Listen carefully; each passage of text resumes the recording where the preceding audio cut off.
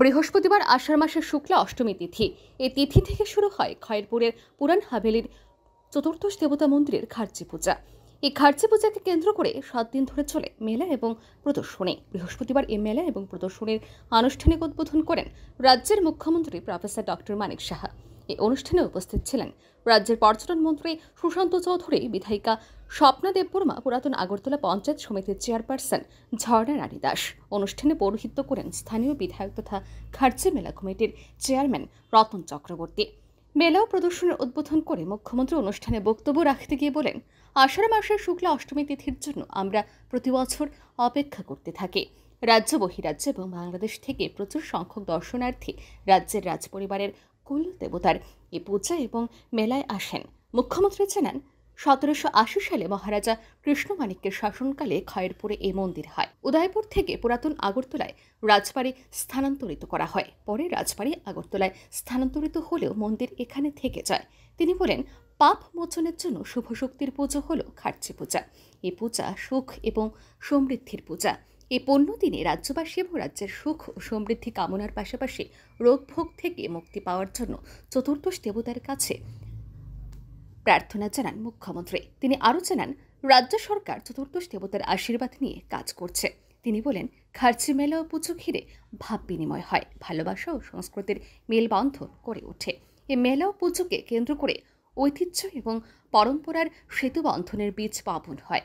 তিনি জানান, মিশ্র সংস্কৃতির মিলন ক্ষেত্র এই মন্দিরকে কেন্দ্র করে ধর্মীয় পর্যটন কেন্দ্র তৈরির প্রচেষ্টা চলছে।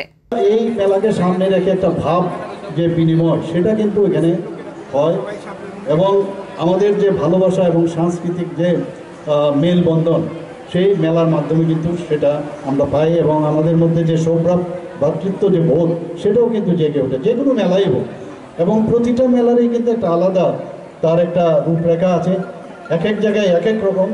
এবং আমি আশা করি আমাদের যে ঐতিহ্য পরম্পরা, তার একটা এই মেলাকে সামনে রেখে তার একটা ব্রিজ, আমি বলবো একটা সেতু বন্ধন।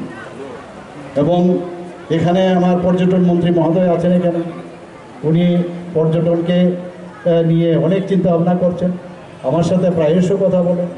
এবং আমরা চাইছি যে এখানে রিলিজিয়াস যে টেরোরিজম, সেটাকে যাতে আরে বাড়ানো যায়।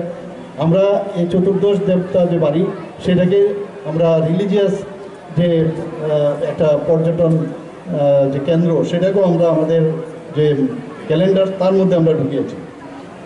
আজকে এখানে জাতি জনজাতি আমরা সবাই মিলে, আমরা ত্রিপুরাতে এখন মিশ্র যারা ভাষাভাষীর লোক এবং মিশ্র যে সংস্কৃতি, সবার এখানে আমার মনে হয় এটা একটা মিলন ক্ষেত্র এবং সব ধর্ম বর্ণ সম্প্রদায়ের মানুষের এখানে সমাবেশ যে কারণে হয় এবং পারস্পরিক যে আদান প্রদান, একটা সেই আদান প্রদানের মধ্যে একটা ফিল্ড এর মধ্যে তৈরি হয়।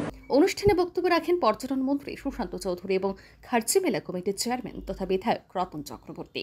বক্তব্যে খার্চি পুজোর শুরুর ইতিহাস বিস্তারিতভাবে তুলে ধরেন বিধায়ক রতন চক্রবর্তী। মেলায় রাজ্য সরকারের বিভিন্ন দপ্তরে স্টল খোলা হয়।